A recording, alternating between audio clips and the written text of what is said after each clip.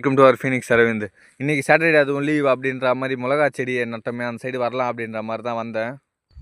ஒரு 20 நாளுக்கு முன்னாடி மிளகா செடிங்களை வந்து அன்றைக்கி நட்டோம். அதை வந்து இன்றைக்கி பார்க்கலாம் அப்படின்ற மாதிரி தான் வந்தேன். ஒவ்வொரு செடியுமே வந்து பார்க்குறதுக்கு அருமையாக இருந்தது. அதில் ஒவ்வொரு செடி பூவெலாம் பூத்து காயெலாம் நிறைய காய்ச்சிருந்தது. அதுவே பார்க்குறதுக்கு அருமையாக இருந்தது.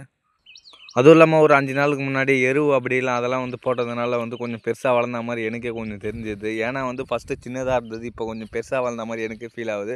ரொம்பவே அருமையாக இருக்குது. ஆனால் பார்க்குறதுக்கு இப்போ சின்ன சின்ன பூவெலாம் விட்டு காயெலாம் வந்து குட்டி குட்டியாக இப்போ தான் காய்ச்சிட்ருக்கு.